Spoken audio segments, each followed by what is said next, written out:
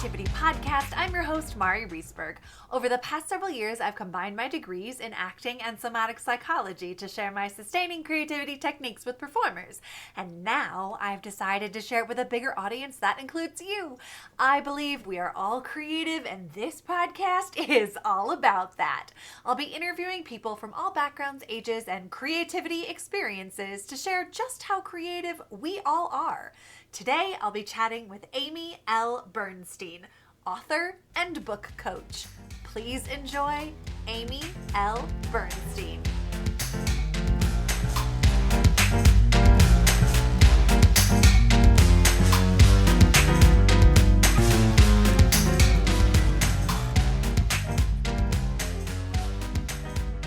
Welcome to the Sustaining Creativity Podcast. Today, I'm here with Amy L. Bernstein, author and book coach. Welcome to the show.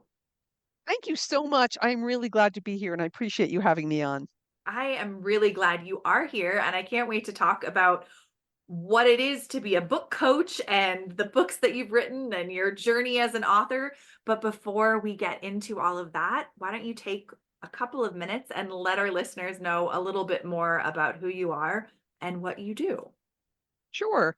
I'm someone I've always been a writer. I wrote professionally for decades, but sort of in the typical wage world and for other people and other organizations. And somewhere around midlife, I knew that I had to write for myself, and so I turned to fiction. And so I write novels. I have a nonfiction book coming out in the fall, and as a book coach, I help other authors on their journey toward getting published. And I also teach quite a number of um, uh, I teach quite a number of courses on writing as well. So it's what I can do to help and support the writing community.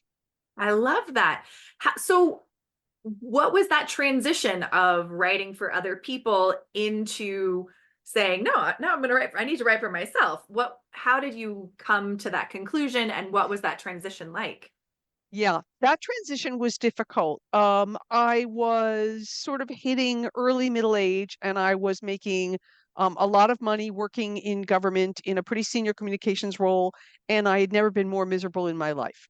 And it was just, so much pressure. And frankly, the way I think about it is I was giving away all my treasure, all of my intellect, all of my energy, all of my sort of brain power was going out the door, to sort of other people, other ends, other organizations, and not really coming back to me, right? And Yeah. I knew I kind of made a promise to myself, I guess somehow all along in my life, that I was going to somehow write creatively. And so I used part of my commuting time on the train to basically bang out my first novel just to prove that I could do it. But Love this that. transition, I know this transition, it's a really difficult thing to start taking creative risks in your life, but it is so worth doing, even if you're afraid of it. I strongly encourage people to do that. Oh my gosh. That's amazing to just prove to yourself that you could do it writing it on your commute. Yes, That is yes. very creative, and it kind of innovative too, of like putting those dreams into action and taking those steps to head in the direction that I'm hoping now does not make you miserable from where you were.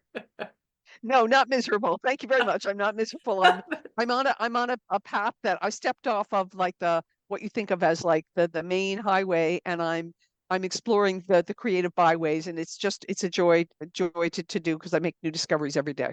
Oh, I love that. That's so wonderful. So, seeing as how we're talking about creativity, I'm so curious, what does it mean to you to be creative? Yes. What a great, big, juicy question. I think that it has to do with um, being inventive in ways that are so true to yourself and that no one else could do or come up with or make or think about. And so it's not just about being creative by putting words on paper that no one else has written. This could apply to painting or quilting or being a master baker or a master gardener. I mean, there's so many ways to be creative, but at the end of the day, I think it's really about taking a chance on our own ingenuity. and our own ability to sort of discover and invent without being told what to do, without necessarily following paths that have been trod before. And I think that's part of what creativity is all about. Oh my gosh, I love that. I love the ingenuity piece. I love the following new paths and having new discoveries. It makes me very excited when I hear what it means to other people to be creative, because I think when we share what it means to us to be creative, it offers other people an opportunity, not only a glimpse into our creative self, but also the experience of what it is to be creative for someone else and what a gift that is to share with other people. So thank you for sharing your creative self with me and our listeners. That's fantastic. I absolutely love it. Thank you. And it's important to me to support others who want to do this and are just maybe starting out doing this. It's kind of like, come on in, the water's fine. I love that. Yeah, absolutely. Now, working as a book coach and working with other people in those early beginning stages, I imagine you come across a lot of challenges creatively and maybe not so creative challenges. But what are some of the creative challenges that you do experience? And then how do you navigate them? You mean as a book coach? As a book coach or personally, this is your time to Right. talk about the Right, right. Well, challenges. only because I think those things are that's because there's sort of two different ways of looking at this. I mean, for me as a writer, it's a challenge every day, right? It's a challenge to make yourself sit and write. It's a Mhm. challenge to sort of stay true to your ideas and your vision and not, stop and start. And those are really hard things to do. And I'm, right in the middle of that now. I mean, I've got two unfinished pieces of fiction, and I'm telling myself I'm going to get them both done this year, and that is probably not true. But as a book coach, it's really what now I coach nonfiction because I come out of a very I come out of journalism and a nonfiction writing world professionally after many, many Mhm. years.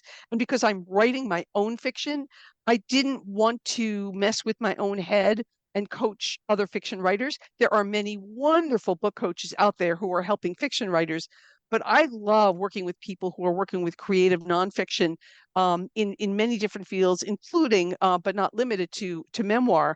And it's wonderful to see how my client authors, I can help them start from the germ of an idea and really grow that into a properly structured, very exciting book with sort of clear takeaways.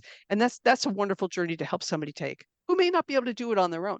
Yeah, I love that, to help kind of grow, germinate, blossom an idea into a full story and help them share that in the world. And I truly appreciate your honesty about your own journey of wanting to have two books complete or two pieces complete and recognizing that may not happen.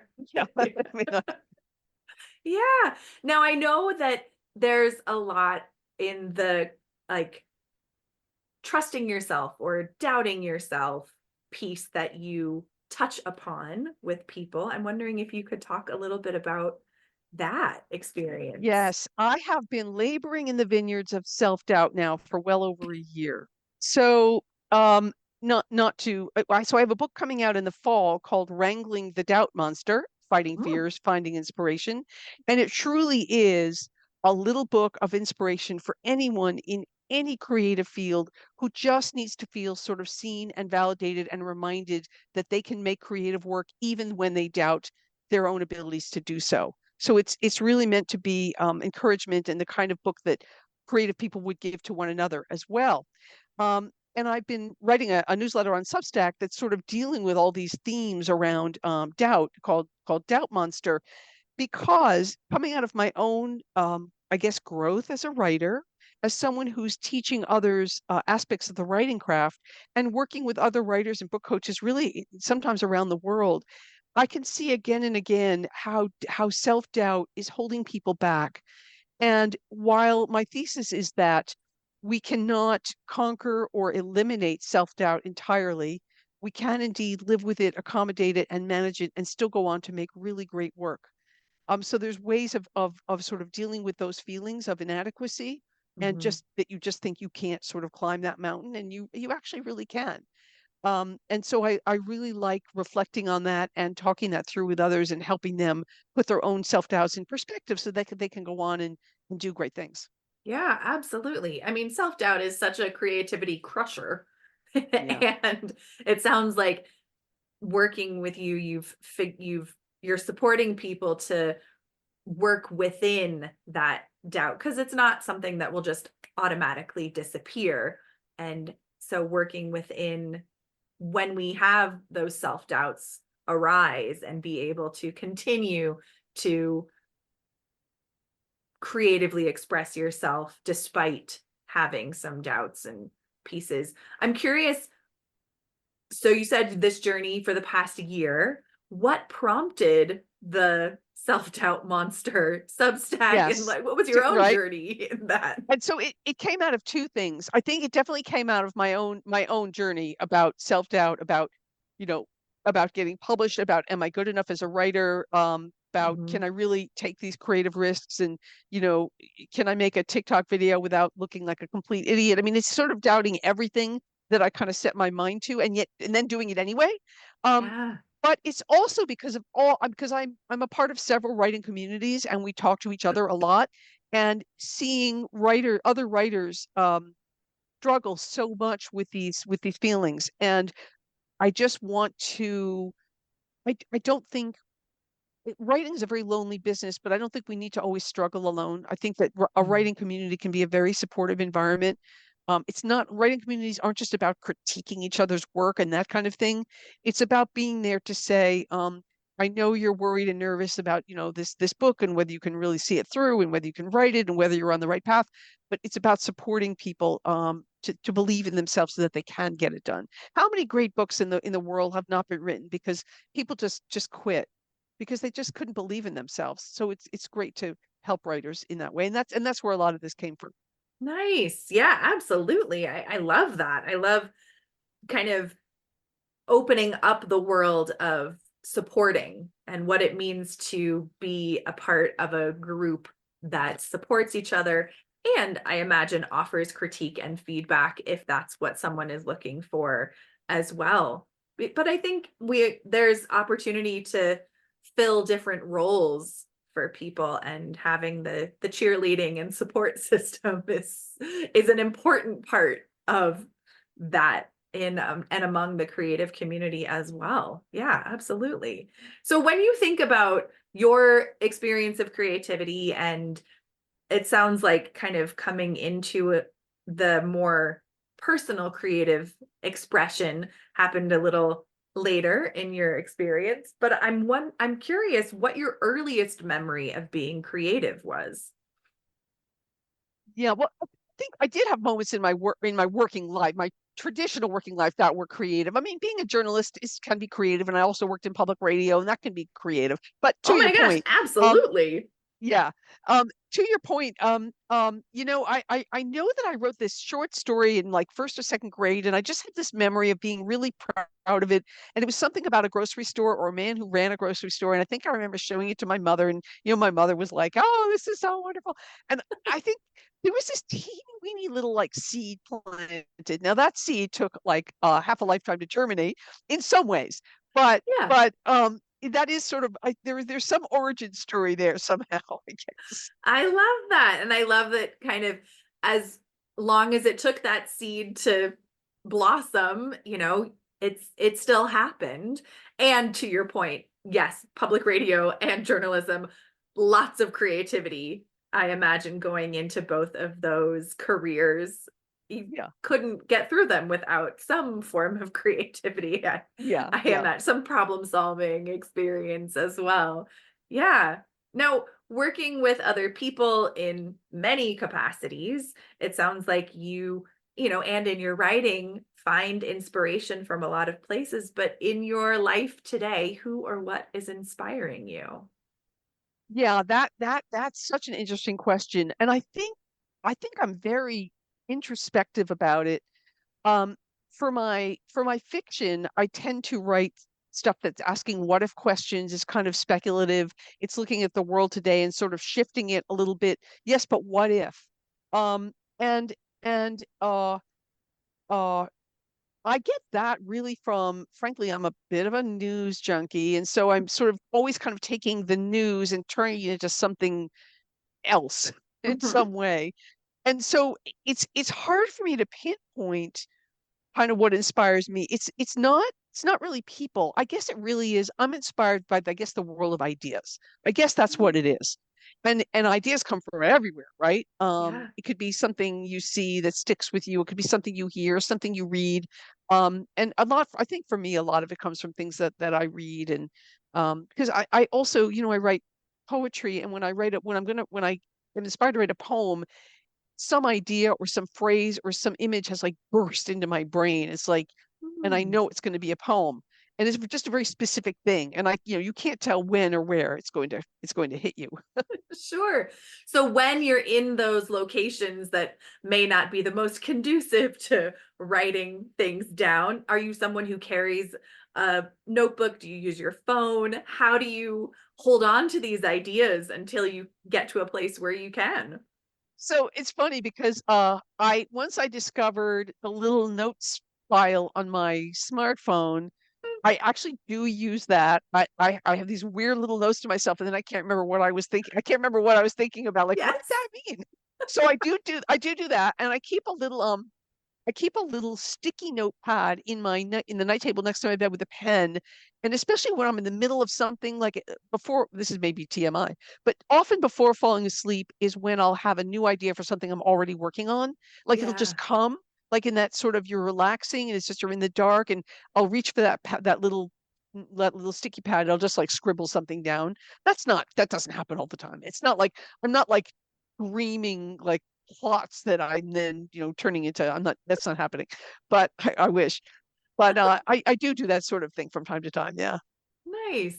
Yeah, I mean, I know people who keep idea journals with them everywhere Yeah. so that they can write Oh, I things have that on my down and computer too. I have an ideas file. Yes. yeah, Yes. yeah, yeah, yeah. No, I love that. And those moments of, I mean, it sounds like you are constantly absorbing information and allowing that information to inspire ideas or like there's an openness to that process for you.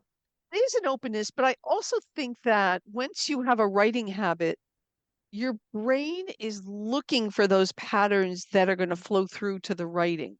It sort of Yeah. becomes kind of a pass through kind of a thing.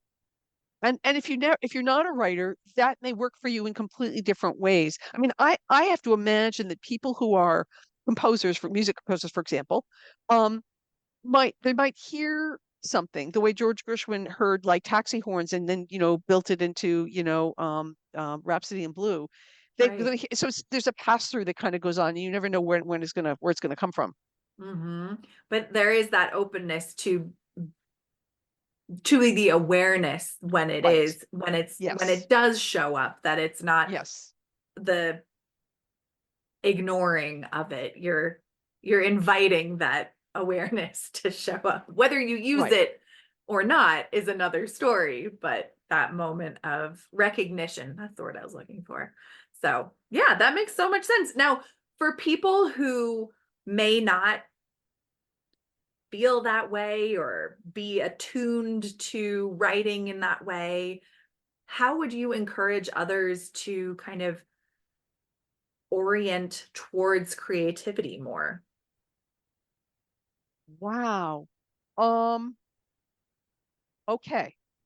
I think that one way of doing this, and it really is only one way, Mhm. is to begin with creating a stillness in yourself. Mm, I think it has to do with going through a period of tuning out external stimulation. This could be a walk in a park, a walk in the woods, a walk around a lake. It could be, maybe it's sitting at home with headphones on and listening to something quiet. Maybe it's just sitting in a meditative pose and not listening to anything. But I think that you have to do you have to access some interiority to hmm. come up with that creative spark somehow. And it's about listening to what you really, really, really want to create and where that passion really lies. And Mm, we live in the world's so noisy, right? With social media and just and literal noise, and it's just a yeah. very noisy place. And I think if you really want to sort of start a creative practice in almost any field, you have to go, you have to be internal, at Mm. least to start, before you can externalize. That's my theory. Yeah, I I can't love I that can't prove it. reminder. You can't prove it. It's okay. I experience it, so I follow this. It makes a lot of sense, and I love the reminder to like tuning out to tune Yeah. in to Yes. find that passion. That creativity doesn't come from outside of us. It lives within us, and finding Exactly. that connection without Exactly. the stimulus that we are bombarded by day in and day out. So what are some of the ways that you connect to your inner stillness creative space? I will literally, I often, when I'm talking about writing, I often talk about thinking and how thinking is also part of writing.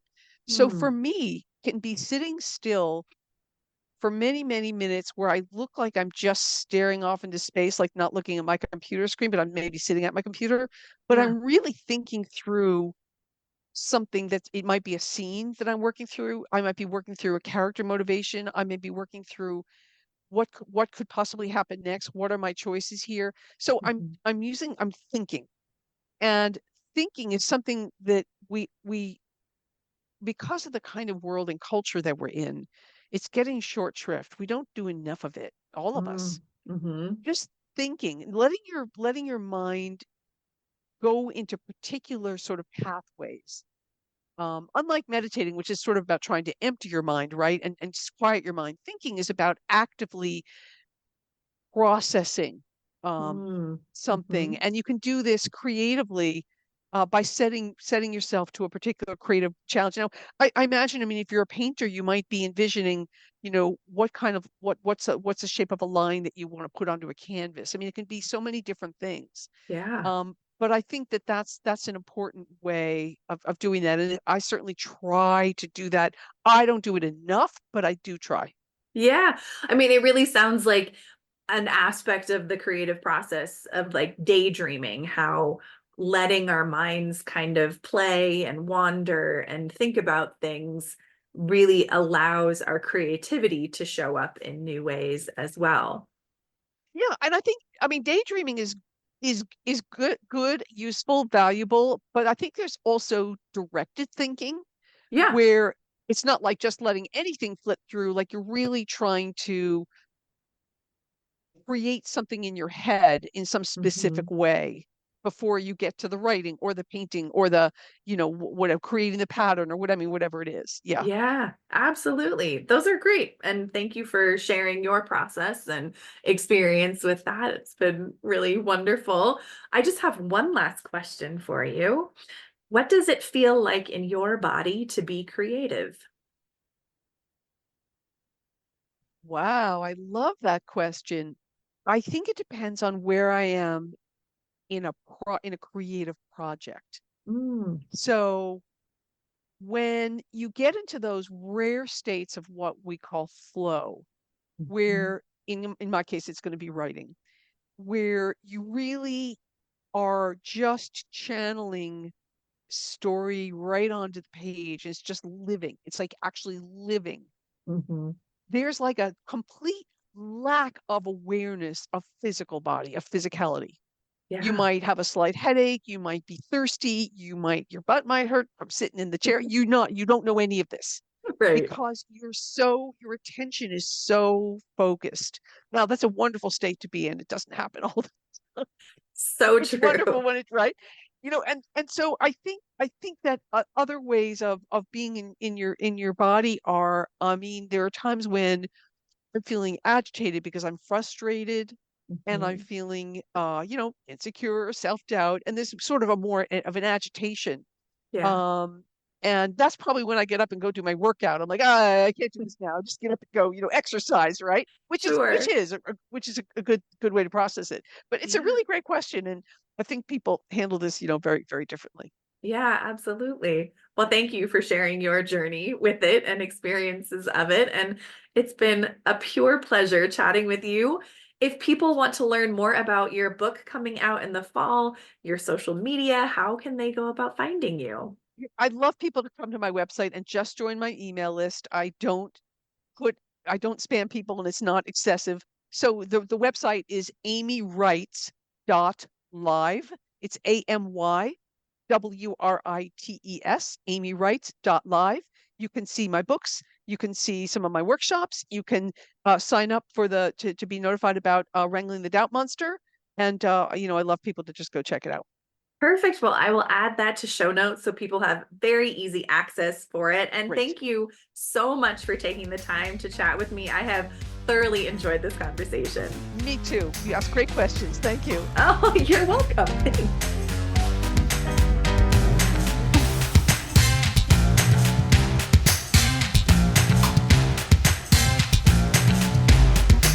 Thanks for listening to the Sustaining Creativity Podcast. We'd love to keep in touch, so follow us on Facebook and Instagram. We are at Sustaining Creativity. Make sure to subscribe to the podcast wherever you listen to podcasts. Tag your friends and family so they can listen too. We love to hear from you, so leave your reviews, comments, and questions. Check out our website, sustainingcreativity.com, for upcoming offerings and creativity coaching. Tune in Tuesdays for our next episode. And remember, with creativity, anything's possible.